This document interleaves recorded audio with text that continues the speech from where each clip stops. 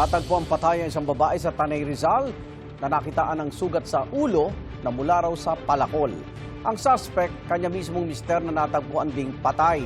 Selos ang tinitigang motibo sa krimen.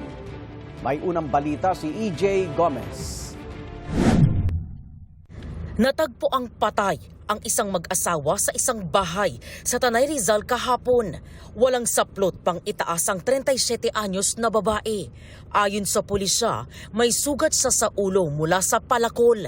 Ang 45 anyos naman niyang asawa, wala na ring buhay malapit sa kanya.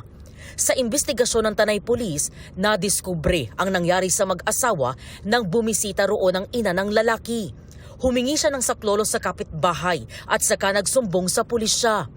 Batay sa pahayag ng isang nakasaksing minor de edad, nangyari ang pagpatay sa babae nitong Sabado. Ang sospek, kanya mismong mister na kalaunay nasawirin. Posibleng motibo sa krimen ay selos ayon sa pulisya. According to him, magpapakain siya ng manok doon malapit sa bahay na pinangyarihan. At narinig niya nga na may dalawang sa loob ng bahay na nag-aaway. Yung babae ay nakikiusap na tama na.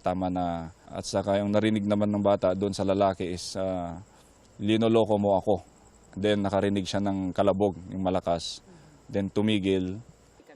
Ayon sa pulisya, hiwalay na ang dalawa at naroon lang daw ang babae para manghingi ng sustento para sa kanilang 6 na anak. Na-recover ng pulisya ang palakol na nasa 24 na pulgada ang haba sa tabi ng babaeng biktima. Sinubukan ng GMA News na kuna ng pahayag ang kaanak ng mga nasawi pero tumanggi sila.